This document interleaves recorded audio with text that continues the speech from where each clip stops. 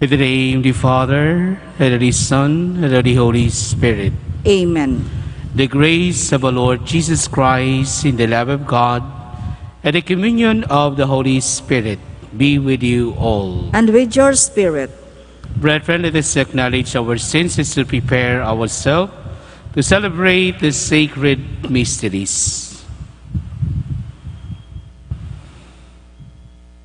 All together, I confess to Almighty God and to you, my brothers and sisters, that I have greatly sinned in my thoughts and in my words, and what I have done and in what I have failed to do. Through my fault, through my most grievous fault. Therefore I ask Blessed Mary, ever Virgin, all the angels and saints, and you, my brothers and sisters, to pray for me to the Lord our God. May Almighty God have mercy on us, forgive us our sins, and bring us to everlasting life. Amen.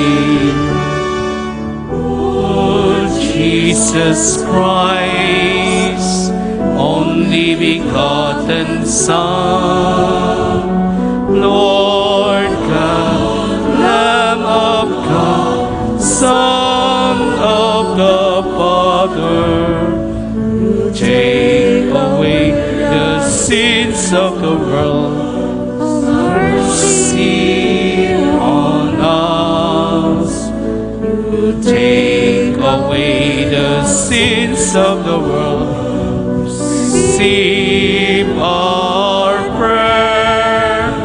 You are seated at the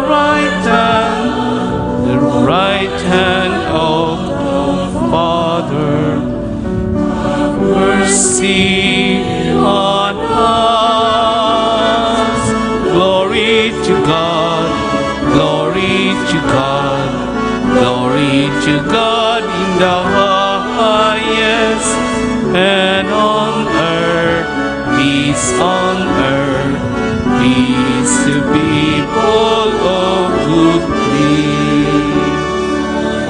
You alone are the Holy One, you alone are the Lord, you alone are the Most High, Jesus Christ. With the Holy Spirit and the glory of God the Father. Glory to God, glory to God, glory to God in the highest, and on earth, peace on earth, peace to people of good will. Amen. Amen.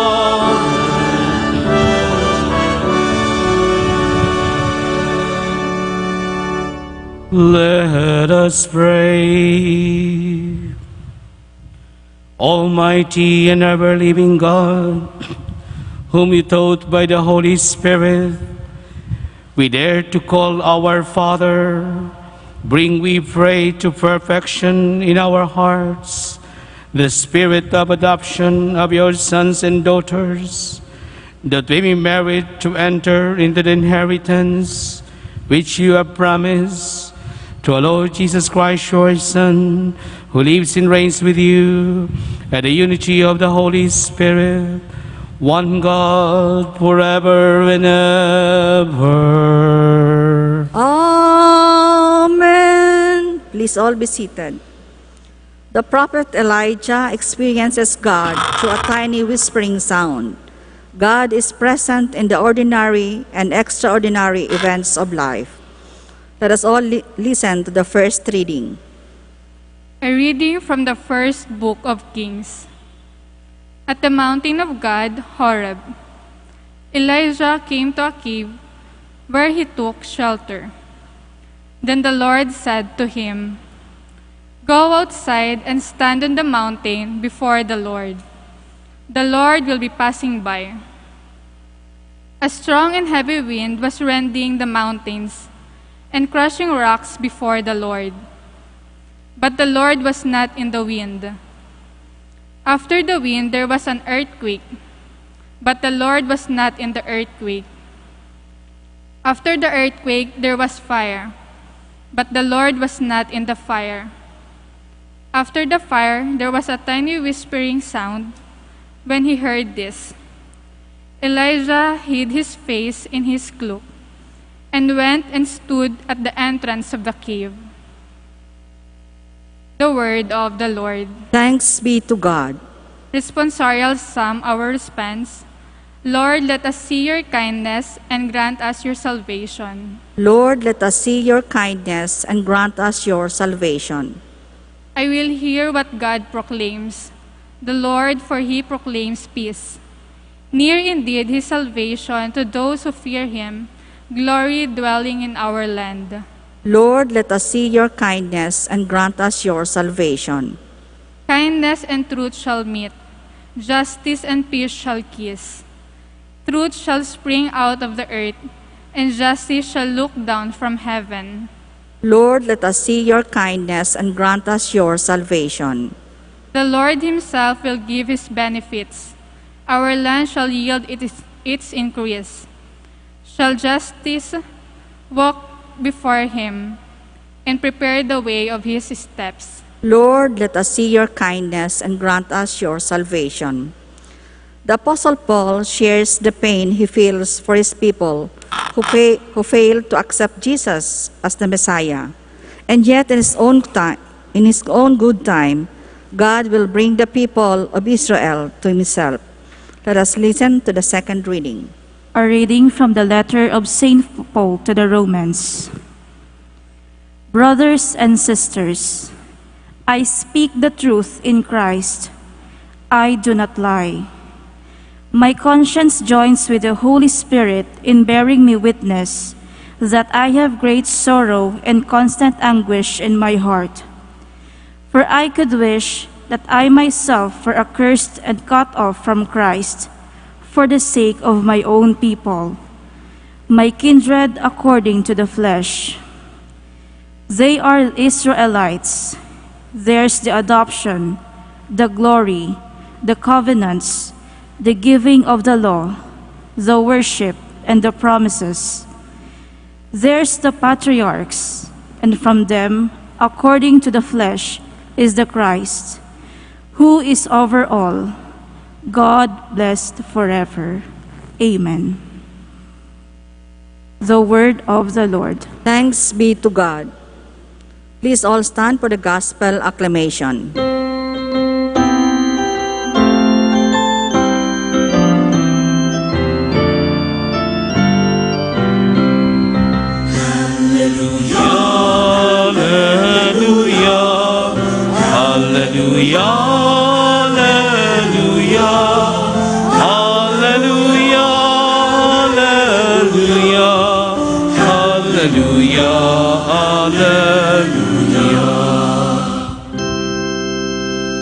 Your words, O Lord, give joy to my heart. Your teaching is a light to my eyes. Hallelujah, hallelujah, hallelujah, hallelujah, hallelujah, hallelujah, hallelujah, hallelujah, hallelujah, hallelujah, hallelujah,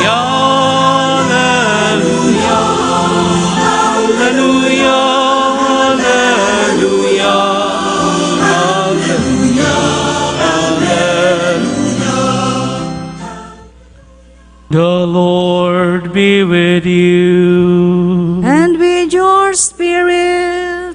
A reading from the Holy Gospel according to Matthew.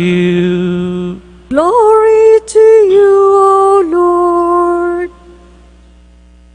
After he had fed the people, Jesus made the disciples get into the boat and preceded him to the other side.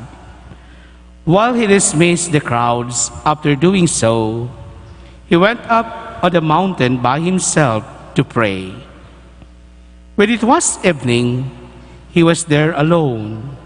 Meanwhile, the boat, already a few miles offshore, was being tossed about by the waves, for the wind was against it. During the fourth watch of the night, he came toward them and walking on the sea. When the disciples saw him walking on the sea, they were terrified. "It is a ghost," they said, and they cried out in fear. At once Jesus spoke to them. "Take courage, it is I. Do not be afraid." Peter said to him in reply, "Lord, if it is you, command me to come to you on the water." He said, "Come." And Peter got out of the boat and began to walk on the water towards Jesus. But he was so how strong the wind was, he became frightened, and beginning to sink, he cried out, "Lord, save me." Immediately Jesus stretched out his hand and caught Peter and said to him, "Oh, you of little faith, why did you doubt?" After they got into the boat, the wind died down. Those who were in the boat did him homage, saying, "Truly, you are the Son of God."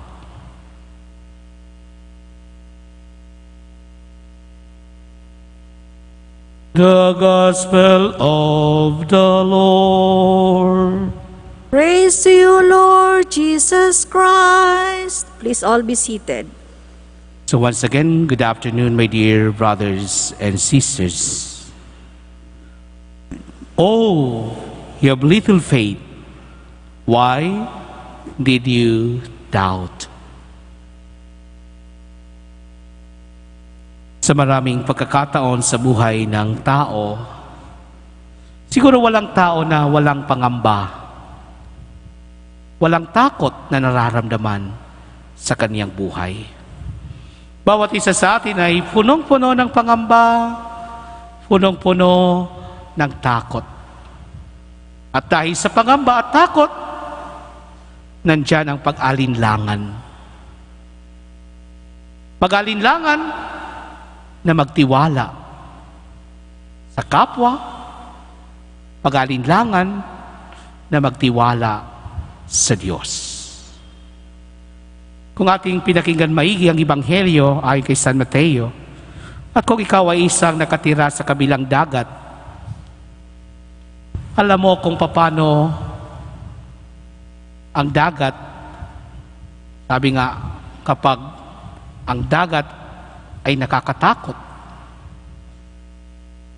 Siguro napapakinggan natin, sasabihin ng iba, napakalaki ng mga alon, parang simbahan ang mga alon. Siguro kung ikaw ay hindi nakatira sa kabilang dagat, wala kang karanasan na magbiyahe sa dagat, sasabihin mo, imposible, parang singlaki ng simbahan ang mga alon. Pero totoo nga na nakakatakot ang maglakbay sa dagat. Lalong-lalo kapag malakas ang mga alon mula sa dalampasigan. At ganito rin ang buhay ng tao. Maraming pagkakataon na mayroong mga dumarating na pagsubok sa buhay ng tao. At itong mga pagsubok na ito ay siyang nagdadala ng pangamba at takot sa ating lahat. Siguro ngayong mga panahon sa gitna nitong pandemya, sasabihin natin, ang aking pangamba ay ang mawalan ako ng trabaho. Ang aking pangamba na ako ay magkasakit, tamaan ng COVID. Ang aking pangamba ay ang mawala ang aking mahal sa buhay. At napakarami pang mga bagay-bagay ang nagdadala ng pangamba at takot sa ating buhay. Pero sa gitna ng mga pangambang ito at takot, saan ba tayo kailangan lumapit? Saan tayo kakapit? Sasabihin sa atin ng ibang tao, kapag ikaw ay nakakaramdam ng takot at pangamba, lumapit ka at tumawag ka sa Diyos. Gaya ng ginawa ni Pedro, Lord, save me! Tumawag siya kay Jesus. Humingi ng saklolo, tulungan mo ako, save me. Mga kapatid, hindi man natin maasahan ng ibang tao o ang ating pamahalaan, pero mayroong Diyos na siyang magbibigay sa atin ng lakas. Mayroong Diyos na siyang magbibigay ng muling pag-asa. Mayroong Diyos na dapat natin pagkatiwalaan. At anumang pangamba at takot, ang lahat na ito ay mapapawi sa puso, sa buhay ng bawat isa. Kaya tamang ginagawa ng bawat isa sa atin, na kung tayo man ay punong-puno ng pangamba at takot, ano ang ginagawa natin? Tayo ay nagdarasal. At sa pagdarasal natin, nabibigyan tayo ng panibagong lakas, tapang at lakas, na harapin ang mga bagay-bagay, harapin ang anumang pagsubok ng buhay.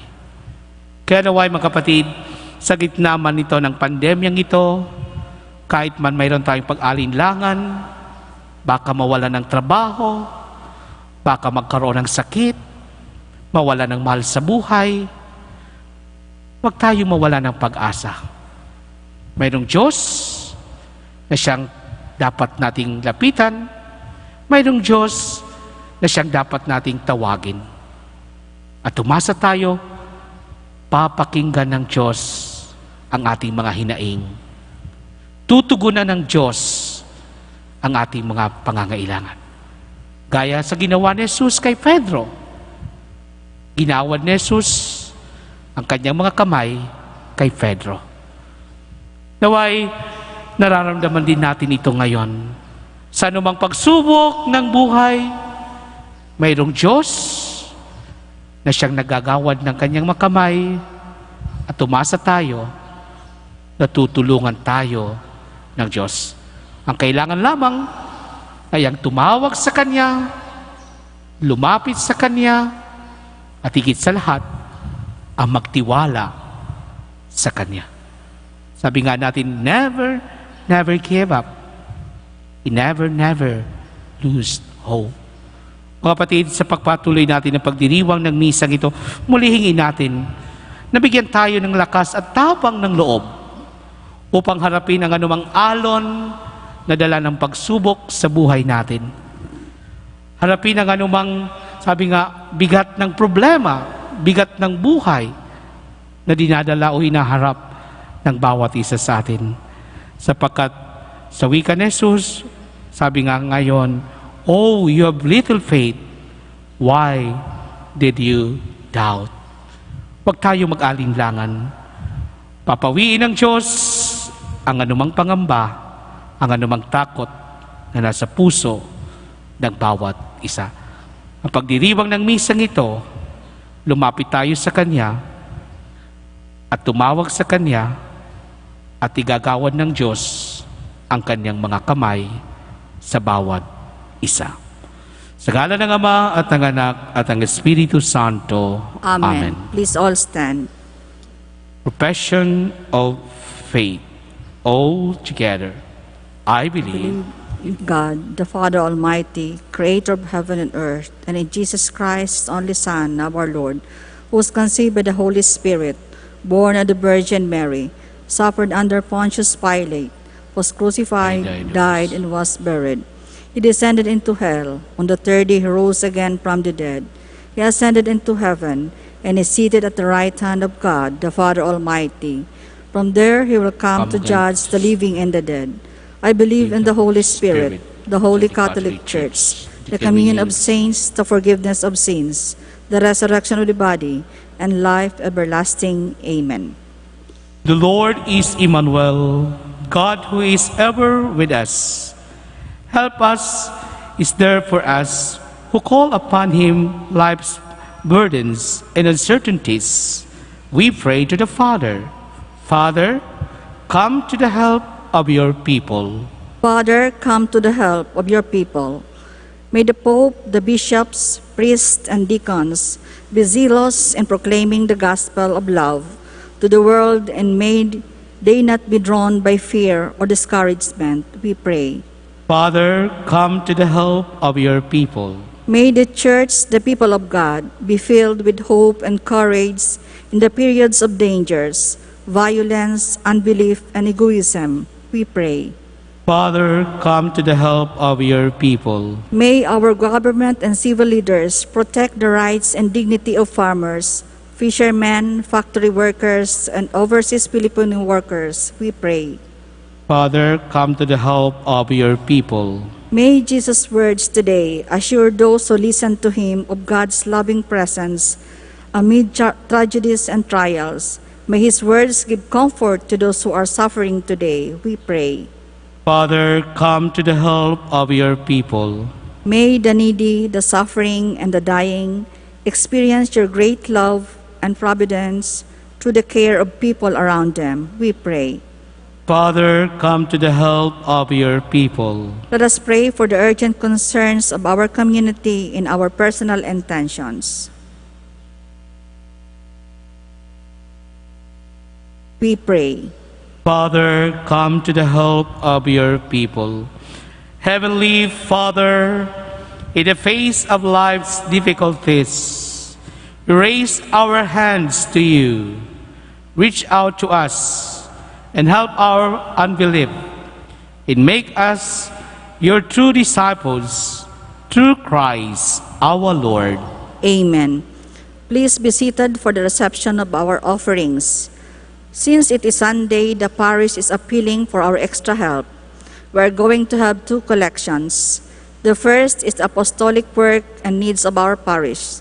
The second collection, to be done after communion, is for the necessary repairs and maintenance needed by the parish. We are not being obliged. The parish is appealing from our love of the parish and generosity. Thank you.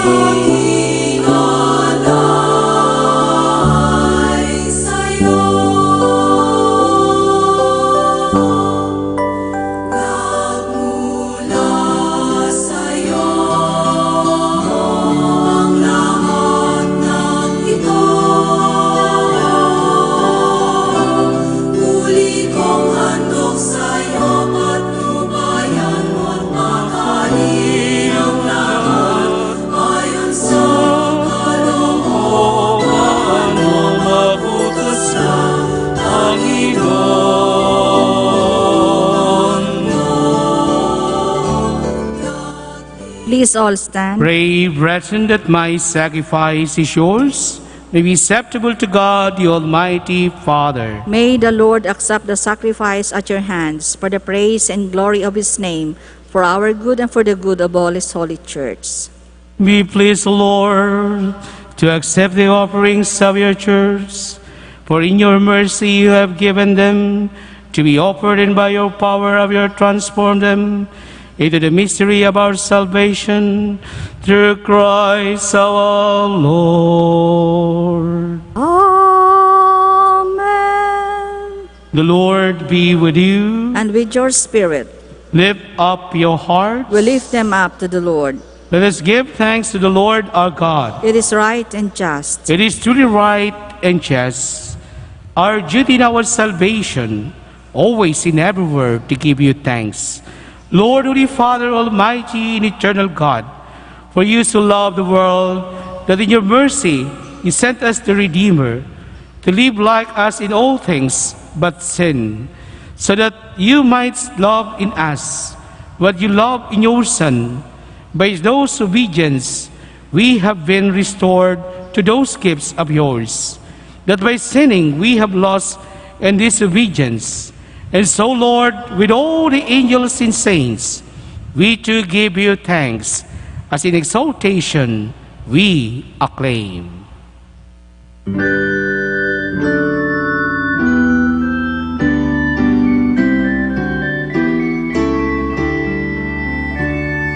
Holy, holy, holy, Lord God of hosts, heaven and earth are full of your glory, of your glory.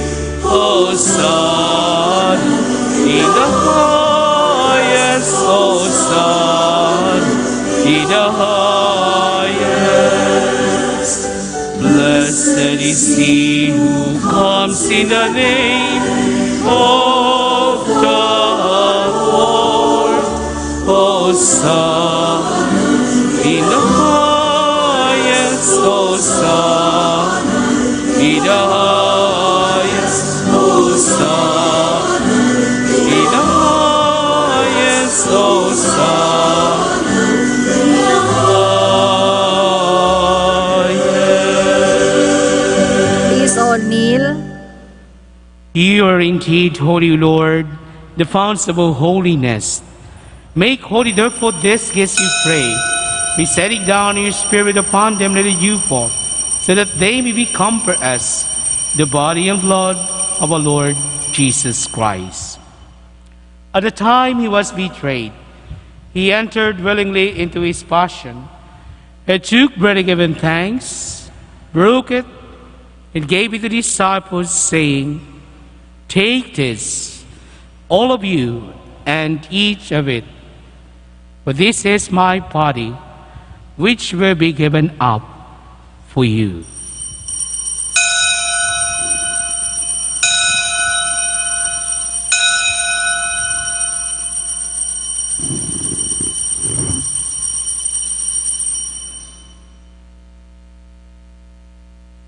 In a similar way, once supper was ended, he took the chalice and once more giving thanks, he gave it to the disciples, saying, "Take this, all of you, and drink from it. For this is the chalice of my blood, the blood of a new and eternal covenant, which is poured out for you and for many, for the forgiveness of sins. Do this in memory of me."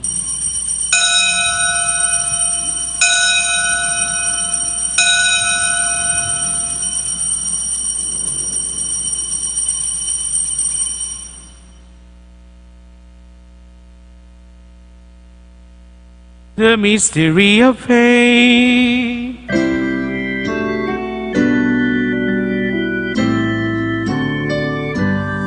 When we eat this bread and drink this cup, we proclaim your death, O Lord, until you come again, until you come.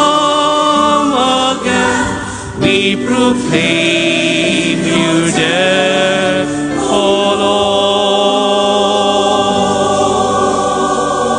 Lord.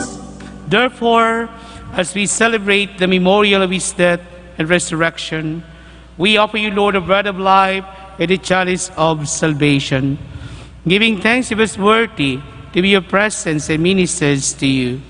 Humbly we pray that partaking the body and blood of Christ, we may gather into one by the Holy Spirit.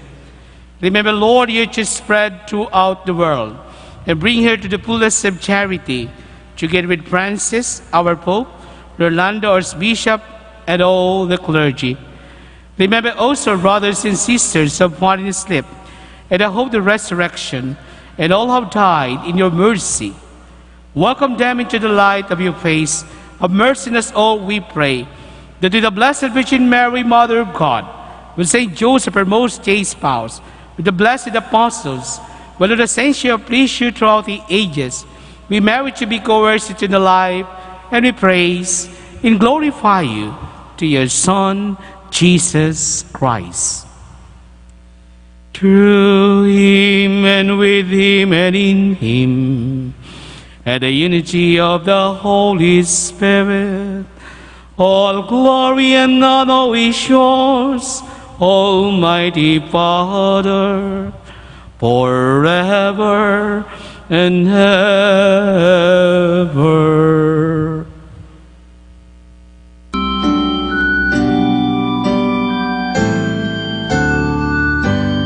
Amen, amen, amen, amen, amen,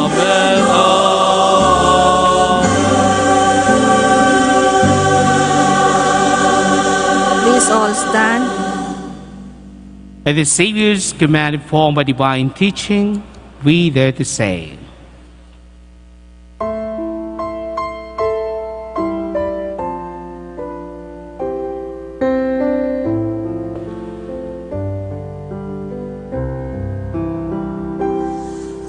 Our Father, who art in heaven, hallowed be thy name.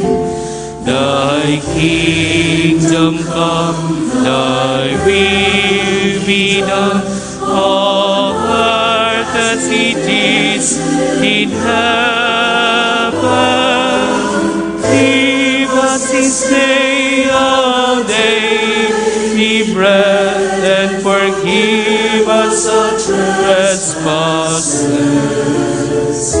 as we forgive those who trespass against us, and lead us not into temptation, but deliver us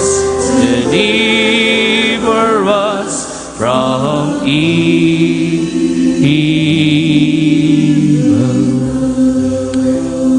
Deliver us, Lord, we pray, from every evil. Graciously grant peace in our days, that by the help of your mercy, we may always pray from sin and save all distress, as we wait to blessed hope and the coming of our Savior, Jesus Christ. For the kingdom, the power, and the glory are yours now and forever.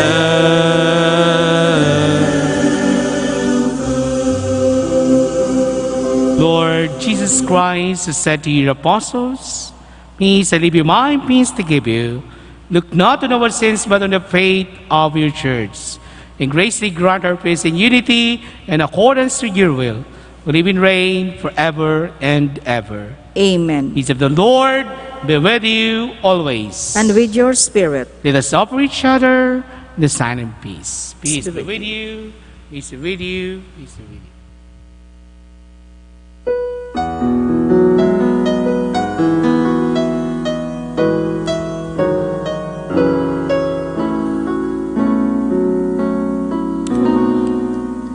Kordero ng Diyos na nag-alis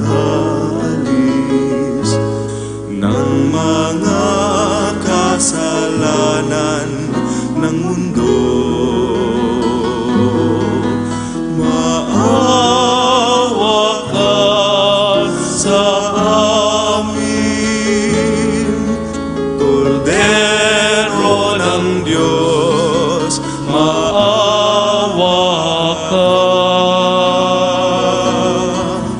Kordero ng Diyos na nag-alis ng mga kasalanan ng mundo, maawa ka sa amin. Kordero ng Diyos, maawa ka. Kordero ng Diyos na nag-alis ng mga kasalanan sa mundo,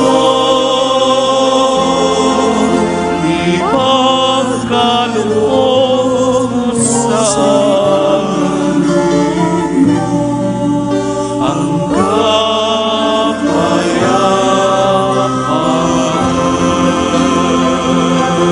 Please all kneel.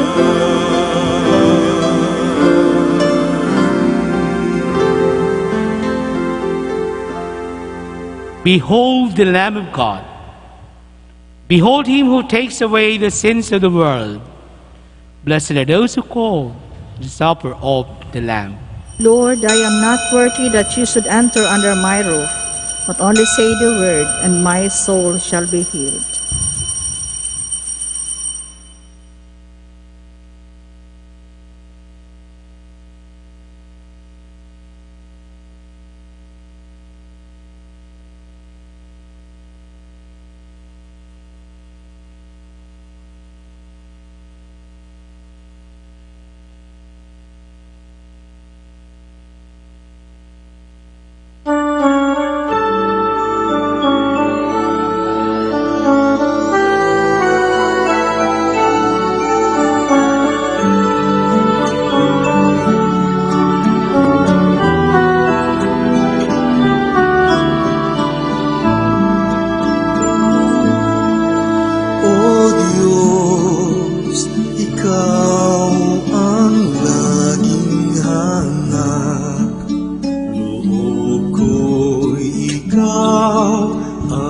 tanging hangad, nauuhaw akong parang tigang na lupa sa tubig ng iyong pag-aaruga.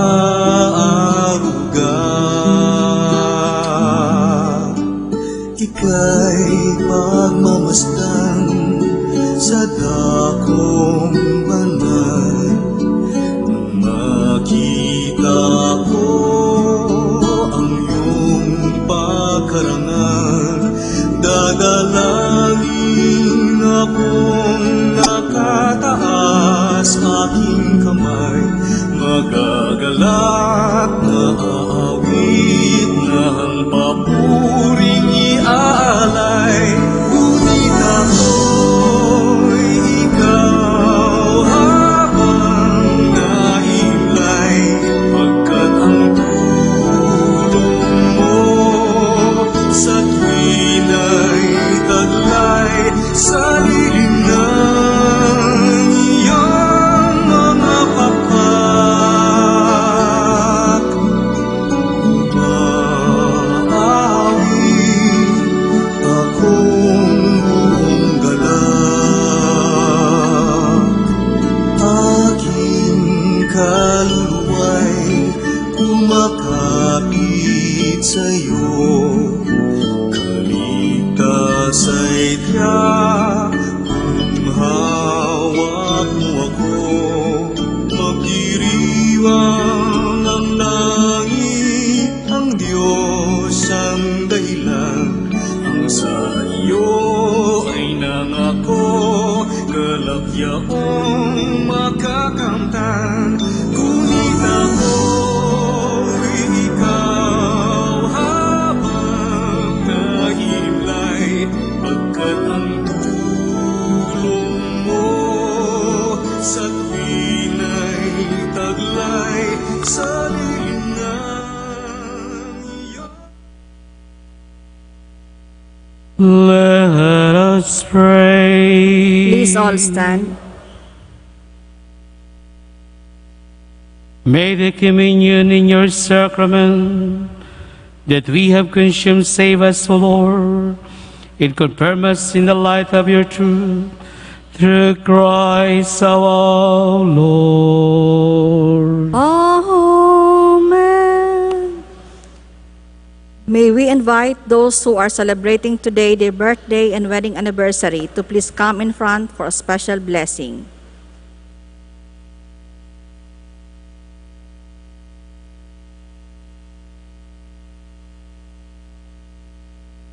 So before I give the final blessing, once again, thank you for your gift of presence in this Eucharistic celebration.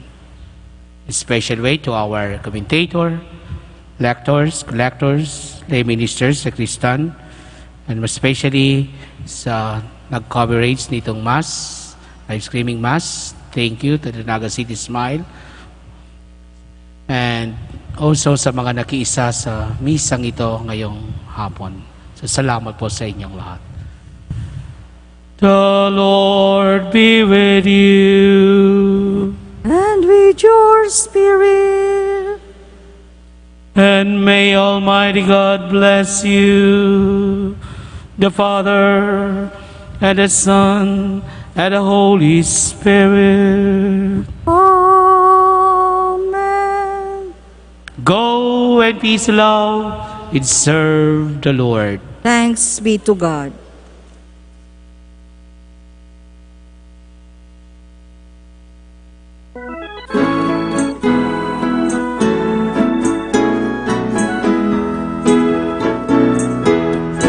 Umayo't ihaya, purihin siya, at ating ibunyag, awitan siya. Maghiligtas ng Diyos na sa krus ni Jesus, ang siyang sa mundo'y tumubos. Langit at lupa, siya'y papurihan, araw at tala, siya'y parangalan. Ating pagdiwang pag-ibig ng Diyos sa tanan, Alleluia. At isigaw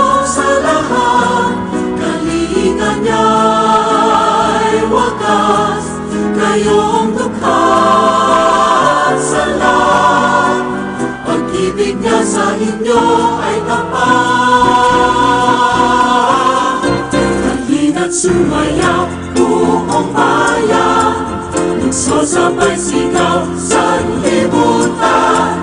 Ang ngalan niyang angkin, singilin ng bituin, liwanag ng